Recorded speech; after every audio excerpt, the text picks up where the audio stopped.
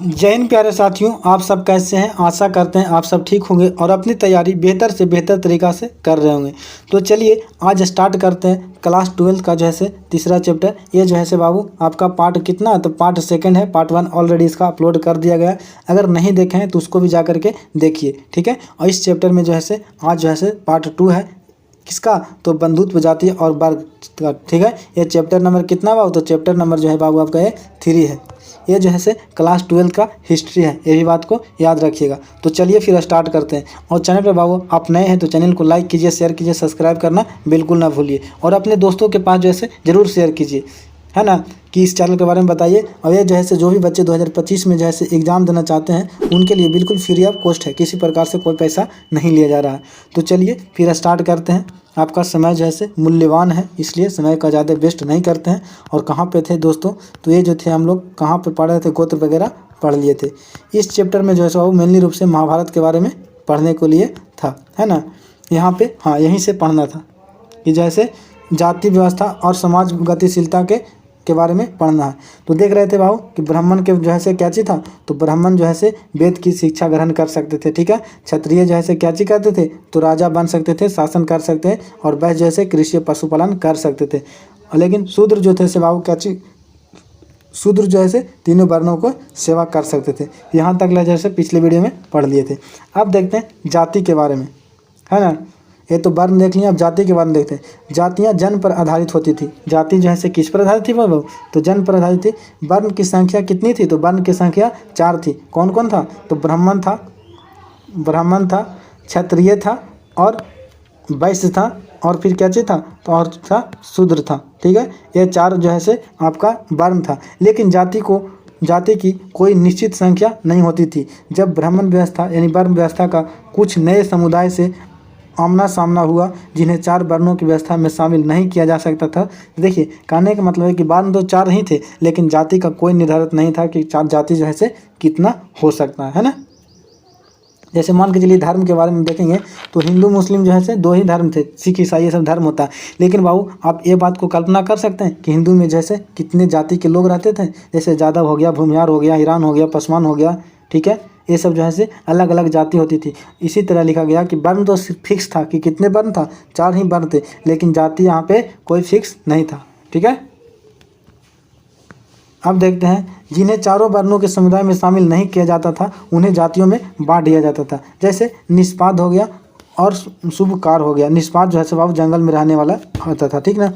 एक ही जाति के लोग जीविका के लिए एक ही जैसे कार्य करते थे। उपमहाद्वीप में विभिन्नताओं से भरा था। कैसे विभिन्नताओं से भरा था, विभिन्नताओं से भरा था। यहाँ ऐसा समुदाय भी रहते थे जो ब्राह्मण व्यवस्था को नहीं मानते थे। संस्कृत साहित्य में ऐसे समूह को विचित्र और असभ्य और बर्बर जंगली चित्रित किया जाता था। उदाहरण के लिए वन में बसने वाले लोगों को शिकार, कंदमूल संग्रह करने वाले लोगों को निष्पाद कहा जाता था। एकलव्य भी इसी से था। देखिए अब बोलेगा कि निष्पाद वर्ग जो है से किसे कहते हैं, तो जो व्यक्ति जंगल में रहा करते थे, शिकार किया करते थे, कंदमूल संग्रह किया करते थे, किसके लिए, खाने के लिए, उसको जो है से निष्पाद कहते थे, ठीक है। निष्पाद जो है से इसी से संबंधित कौन था बाबू, तो ऐसे से एकलव्य भी इसी से संबंधित था। अब एकलव्य के बारे में देखिए। ये जो है से एकलव्य एक क्या जी था, तो वन में रहने वाला आदमी था। ये जो है से द्रोणाचार्य के पास जो है से धनुर्विद्या के लिए, इनके बारे में कहानी एक बताते हैं छोटा सा कि ये जो है से द्रोण के पास गया था। किनके पास, तो द्रोण के पास गया था। किसके लिए, तो द्रोण के पास गया था धनुर सीखने के लिए। द्रोण ने जैसे इसको साफ मना कर दिया कि हम तुमको धनुर्विद्या नहीं सिखाएंगे। इस बात को इसको बुरा लगा एकलव्य को, और इसने जो है से अपना जो है से बालू या मिट्टी का इसका चित्र बनाया, द्रोण का अपना गुरु माना। और उसी चित्र को जो है से देख कर ये जो है से धनुर्विद्या सीखना स्टार्ट किया। और इतना सीख लिया बाबू कि इनको से जो है से बेहतर सीख गया, ठीक है। एक दिन बात हुआ कि जब अर्जुन ने जंगल में गया तो वहाँ पे देखा कि एक जो है से एक आदमी है जिसका नाम था एकलव्य। इन्होंने जो है से वहाँ पे बैठे थे। लेकिन जैसे ही अर्जुन एक कुत्ता को लेकर के आता है, कुत्ता जो है से एकलव्य पर भौंकने लगता है। एकलव्य ने ऐसा 7 बाण चलाया था एक ही साथ कि जो है से उसका कुत्ता का मुंह जो है से सिल गया था, जिससे जो है से अर्जुन को आश्चर्य हुआ। किनको, तो अर्जुन को जो है से आश्चर्य हुआ। उन्होंने जो है से इतना अच्छा धनुषधारी किसी को नहीं देखे थे। लेकिन हाँ द्रोणाचार्य ने जो है से इसको वादा किए थे, किसको, अर्जुन से कि हम तुमको इतना शक्तिशाली जो है से धनुर्विद्या सिखाएंगे कि दुनिया में जो है से इतना अच्छा कोई भी सीख नहीं सकता है। जब ये बात को जो है से द्रोण ने बताया था, लेकिन जो है से अर्जुन ने पूछा किससे, एकलव्य से, कि आपका जो है से गुरु कौन थे दोस्त। तीनों जो है से एकलव्य ने एक बात को बताया कि मेरा जो है से गुरु कौन थे, तो द्रोणाचार्य थे, द्रोण थे। अब ये बात को जो है से जैसा ही अर्जुन को पता चला, अर्जुन ने डायरेक्ट द्रोण के पास गया। इन्होंने बोला कि सर आपने तो बोला था कि आपसे अच्छा, तुमसे अच्छा धनुर्धारी हम किसी को नहीं बना सकते हैं, तो आप एकलव्य को क्यों बना दिए। अब एकलव्य के बारे में तो उसको पता था कि एकलव्य के जो है से हम तो भगा दिए थे, लेकिन जब अर्जुन से वादा किए थे कि हम तुमसे अच्छा धनुर्धारी जो है से किसी को नहीं बना सकते हैं, इसलिए जो है से एकलव्य को शीश मान करके एकलव्य के पास जाते हैं और कहते हैं कि बाबू मेरे तुम गुरु मानता हो तो मुझे कुछ दान दो, और दान के रूप में जैसे एक अंगूठा मांग लेते हैं, जिससे जैसे एकलव्य के पास जैसे धनुर्धारी विद्या शक्ति कम जाता है। रीजन है अंगूठा काट लीजिएगा तो धनुर्विद्या अच्छा से नहीं चला पाएगा, है ना, यही इसका मेन। अब चलते हैं, यायावर पशुपालकों को भी ऐसा ही समझा जाता था। जो लोग संस्कृत भाषी नहीं थे उसको यायावर बोलता है। उन्हें म्लेच्छ कहकर भी हीन दृष्टि से देखा जाता था। जो घुमच्चर थे, पशुपालक थे, उसको जो है से म्लेच्छ कहा जाता था। ठीक है। अब 4 वर्णों के परे अधीनता। ब्राह्मण ने कुछ लोगों को वर्ण व्यवस्था को समाहित प्रणाली से बाहर माना जाता था। ब्राह्मण ने समाज के कुछ वर्गों को अस्पृश्यता घोषित कर दिया। ब्राह्मण मानते थे कि कुछ कर्म पवित्र होते हैं तथा कुछ कर्म दूषित होते हैं। अब देखिए ब्राह्मण ने जो है से सब कुछ जो है से उस समय जैसे शासन ब्राह्मणों के हाथ में था, ब्राह्मण जो कहेगा वही सही है। अब कुछ समाज को जो है से अस्पृश्य बोल दिए, यानी कि अपवित्र बोल दिए। अब बताओ बाबू, अस्पृश्य मतलब अपवित्र घोषित कर दिए। बताइए उन लोगों का शासन चल रहा था बाबू, जो बोलते थे वही सही था। ऐसा करना चाहिए था? बिल्कुल नहीं करना चाहिए था दोस्त। लेकिन देखो किसको बोलते थे, पवित्र। याग अनुष्ठान भेदभाव, वेद का अध्ययन जो करता था उसको जो है पवित्र बोलते थे। और दूसरे किसको बोलते थे? जो चमड़े से संबंधित था, सबों को उठाना, अंत्येष्टि कार्यक्रम जो करता था बाबू, उसको जो है दूषित बोलते थे। अब इसी में चर्चा जो है चंडाल के वगैरह में चर्चा मिलता है। किसके बारे में? तो चंडाल के बारे में जो है चर्चा मिलता है। अब चंडाल क्या चीज़ है बाबू? तो मरे हुए जानवरों को छूने वाले को चंडाल कहा जाता था। जो भी जानवर मर जाता था उसको जो है छूने वाला यानी कि दफनाने वाले को चंडाल कहा जाता था। चंडालों का वर्ण व्यवस्था वाले समाज में सबसे निचले स्तर पर रखा जाता था, यानी कि वर्ण व्यवस्था में सबसे निचला हिस्सा पर किसको रखा जाता था? तो चंडाल को रखा जाता था, है ना। ब्राह्मण चंडाल को छूना देखना भी अपवित्र मानते थे। ब्राह्मण का कहना है कि अगर जिस दिन तुम चंडाल की नज़र पड़ गया उस दिन जो है तुम्हारा ज़िंदगी खराब हो जाएगा, तुम जो है अपवित्र घोषित कर दिया जाएगा। बताओ भाई, ऐसा कैसे हो सकता है कि किसी व्यक्ति को जो है उसका जो है देखने से मेरा ज़िंदगी खराब हो जाएगा? ऐसा बिल्कुल नहीं था। लेकिन ब्राह्मण का उस समय सत्ता था बाबू, उस समय उन लोगों का जो बोलबाला चलता था, जो बोलते थे वही सही था, है ना। अब मनुस्मृति में देखते हैं कि चंडाल के बारे में क्या चीज़ चर्चा है। तो मनुस्मृति में हम देख सकते हैं, मनुस्मृति बोला गया कि चंडाल को गांव के बाहर रहना होता था। इसमें लिखा गया कि जो चंडाल होते थे बाबू, उसको गांव के बाहर रखा जाता था। यह लोग फेंके हुए बर्तनों का इस्तेमाल करते थे। कैसा को? तो जो बर्तन फेंक दिया जाता था गांव समाज से, उसको जो है इस्तेमाल करते थे। मरे हुए लोगों के कपड़े तथा लोहे के आभूषण पहनते थे। ठीक है। रात में गांव और नगर में चलने की अनुमति नहीं था। किसका अनुमति नहीं था? तो जैसे रात में जैसे घूमने और चलने की अनुमति नहीं था। ठीक है। अब उसके बाद चलते हैं आगे, देखते हैं। बहुत क्षेत्र बाधित के रूप में काम करते थे। ठीक ना।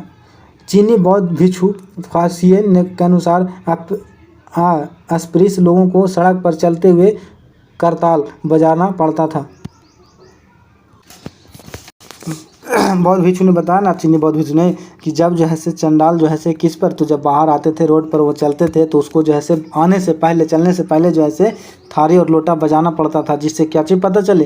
तो उससे पता चले दोस्तों कि जो है चंडाल इस यहाँ पे क्रॉस कर रहे हैं। और जब चंडाल क्रॉस करते थे तो सारे जो लोग होते थे वे दरवाज़ा बंद कर लिया करते थे, ताकि इसलिए क्योंकि उस पर नज़र न पड़े, है ना।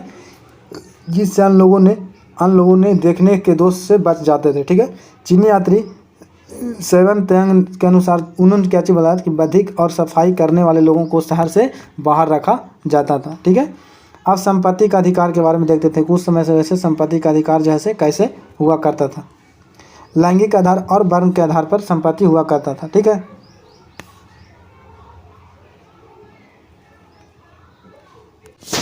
अब देखते हैं कि संपत्ति पर स्त्री तथा पुरुषों के विभिन्न अधिकार थे, है ना। तो संपत्ति पर जैसे कैसे अधिकार थे, स्त्री को कितना अधिकार था, पुरुष को कितना अधिकार था। तो देखिए मनुस्मृति के अनुसार जैसे पिता की जायदाद पर माता पिता की मृत्यु के पश्चात सभी पुत्रियों को समान रूप से बांटा जाना चाहिए। पश्चात पुत्रों में समान रूप से बांटा जाना चाहिए, लेकिन सबसे ज्येष्ठ पुत्र विशेष भाग का अधिकार होता था। पिता की संपत्ति पर स्त्री का हिस्सेदारी की मांग नहीं कर सकती थी।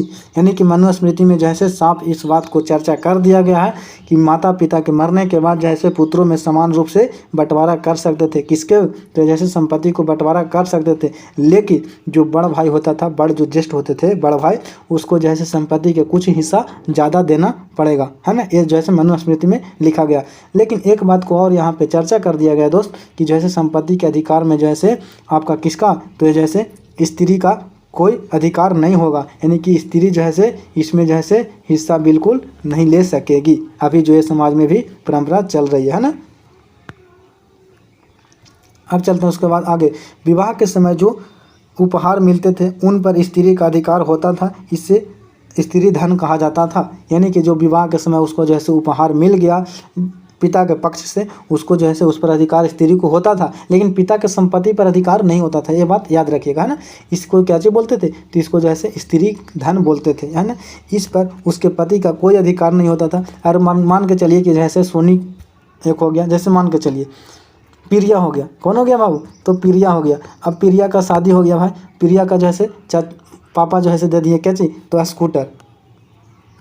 स्कूटर दे दिए, ठीक है, स्कूटर दिए। अब स्कूटर जो है कि अब बोलता ना लइकन सब लइकन बोलेगा ना कि हमारा स्कूटर पर हमारा अधिकार है। अरे भाई तोरा अधिकार नहीं है, जाके मनुस्मृति देखेगा तो अधिकार जैसे किसका है, तो जो अधिकार है प्रिया का अधिकार है। अब प्रिया चाहेगी तो उसको बेच सकती है, चाहेगी तो उसको चाबी छीन सकती है ना। इसलिए जैसे तुम लोग का गुमान बिल्कुल नहीं करना है कि जैसे मेरा है, वह जैसे किसका है तो प्रिया के उस पर जैसे पूरा अधिकार किसका हो जाएगा, तो प्रिया का अधिकार हो जाएगा, है ना। इस पर उनके पति का कोई अधिकार नहीं होगा, है ना।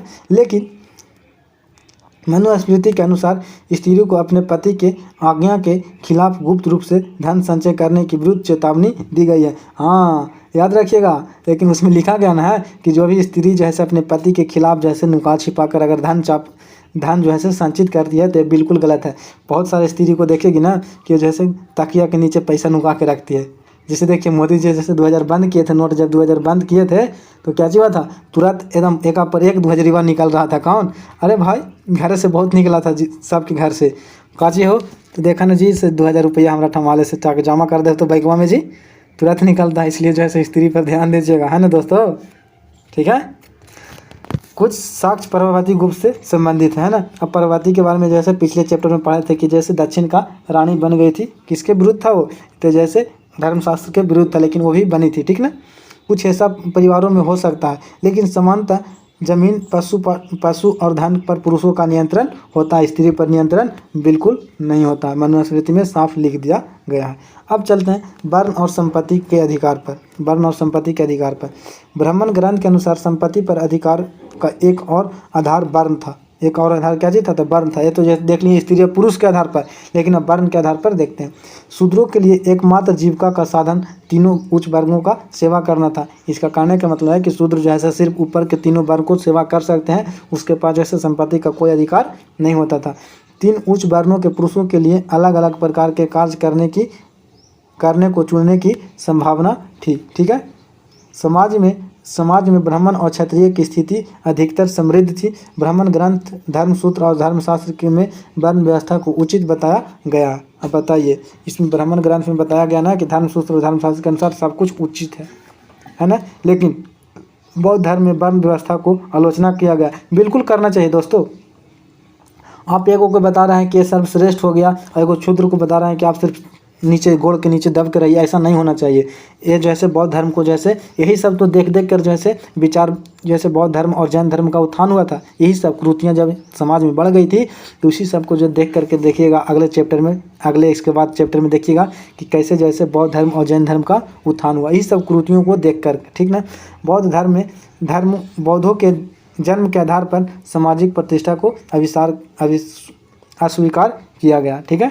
अब देखते हैं एक वैकल्पिक सामाजिक रूपरेखा संपत्ति के भागीदारी के बारे में देखते हैं कि एक वैकल्पिक सामाजिक रूपरेखा संपत्ति के भागीदारी के बारे में कि कैसे कैसे होता है।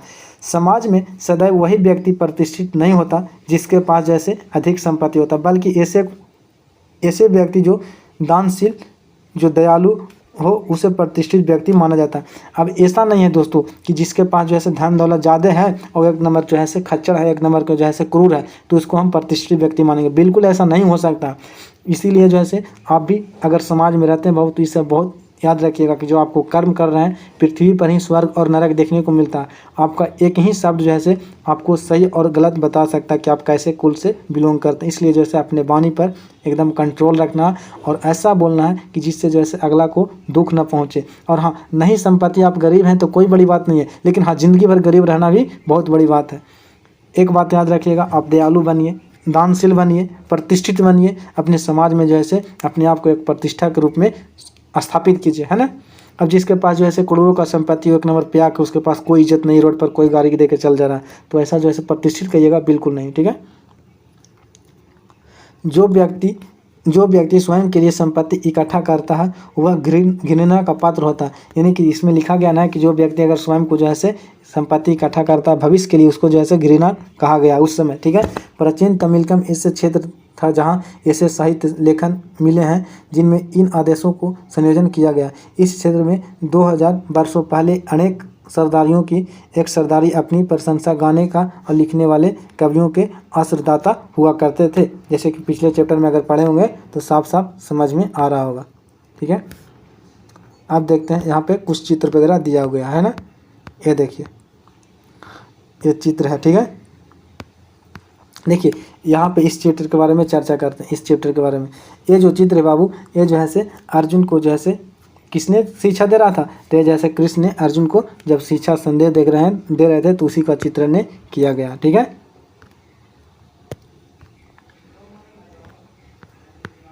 अब चलते हैं दक्षिण के राजा तथा सरदार के बारे में कुछ पढ़ते हैं, उसके बारे में क्या चीज़ देखने को मिला है। तो देखिए दक्षिण के राजा सरदार के बारे में, भारत के दक्षिण में कुछ सरदारियों का उदय हुआ, तमिलनाडु, आंध्र प्रदेश, केरल तथा तमिलकम क्षेत्र में चोल, चेर और पांड्य जैसे सरदारियों का अस्तित्व में यह राज्य काफ़ी समृद्ध थे। तमिल भाषा में प्राप्त संगम साहित्य में सामाजिक और आर्थिक संबंधों का चित्रण किया गया। ये जैसे पिछले क्लास में भी हम बताए थे, ठीक है। इस पर ज़्यादा चर्चा नहीं करेंगे। अगर इसके बारे में ज़्यादा देखना है तो आप जैसे चैप्टर 2 पढ़ सकते हैं, ठीक है। धनी और निर्धन के बीच भी समताएं जरूर थी, लेकिन समृद्ध लोगों में से यह अपेक्षा की जाती थी कि वह मिल बांटकर अपने संसाधनों का उपयोग करें। इसका मतलब समझिए कि धनी और निधन के बीच जैसे विषमताएं थी, लेकिन जैसे समृद्ध लोगों से अपेक्षा की जाती थी जो जैसे अच्छे हैं, अच्छे खानदान से अच्छे धन दौलत है, वो जैसे मिल बांट कर एक दूसरे को हेल्प कर करके उपयोग करें अपने संसाधनों के। अब एक समाज अनुबंध के बारे में देखते हैं बाबू। बौद्ध धर्म को मानने वाले लोग ने समाज में फैली विषमताएं यानी असमताएं के बारे लिए एक अलग अवधारणा दी। सुत्त पिटक नामक ग्रंथ से एक मिथक का वर्णन है। प्रारंभ में मानव पूरा विकसित नहीं थे, वनस्पति जगत की पूरी विकसित नहीं था, ठीक है। प्रारंभ में जैसे मानव विकसित नहीं थे, वनस्पति जगत भी पूरी तरह से विकसित नहीं थे। सभी जीव एक शांतिपूर्ण जगत में रहते थे, प्रकृति से उतना ही ग्रहण करते थे जितना एक समय में भोजन की आवश्यकता होती थी। इसका मतलब है कि ये जैसे बौद्ध धर्म यानी कि सुत्त पिटक से इसके बारे में जानकारी मिलता था कि पहले के जो लोग थे वो उतना विकसित नहीं थे, वनस्पति भी उतना विकसित नहीं थे, लेकिन उस समय जैसे प्रकृति से उतना ही ग्रहण किया जाता था जितना जैसे एक समय का भोजन चल सके, जो जैसे अपने भोजन के लिए प्राप्त कर सकते। लेकिन आज जो है कितना तो ये जैसे अगला पीढ़ी के लिए भी जमा कर रहा है ना नीचे। लेकिन धीरे धीरे यह व्यवस्था समाप्त होने लगी, मनुष्य लालची और कपटी होने लगा, समाज में बुराइयां फैलने लगी। ऐसे में लोगों ने विचार किया कि क्या हम ऐसे मनुष्य को चुन सकते हैं जो उचित बात पर क्रोधित हो, जो व्यक्ति ऐसे व्यक्ति को सजा दे जो दूसरे की पड़ताल करते हैं, ऐसे व्यक्ति के समाज से निकाले जिन्हें निकालने की आवश्यकता है। एकरा मतलब है ना कि जैसे कहता है कि लालची मनुष्य में जैसे क्या चीज आने लगा था बाबू, तो मनुष्य में जैसे लालची देखने को मिलने लगा था, जो उचित बात पर जैसे क्रोध उठता था, क्या चीज तो क्रोध होता था, गलत को भी सजा दे दिया जाता था, है ना। तो ऐसे व्यक्ति को समाज से बाहर निकालना होगा, है ना। और उन्हें इस बार व्यवस्था कार्य के बदले हम सभी मिलकर चावल का अंश देंगे। सभी लोगों की सहमति से चुने जाने के कारण उन्हें महासम्मत की उपाधि प्राप्त होगी। इससे यह पता चलता है कि राजा का पद लोगों द्वारा चुने जाने का निर्भर था, है ना, लोग चुनते थे। ये कुछ खास नहीं है ना। अब चलते हैं साहित्यिक स्रोत का इस्तेमाल के बारे में। साहित्यिक स्रोत जैसे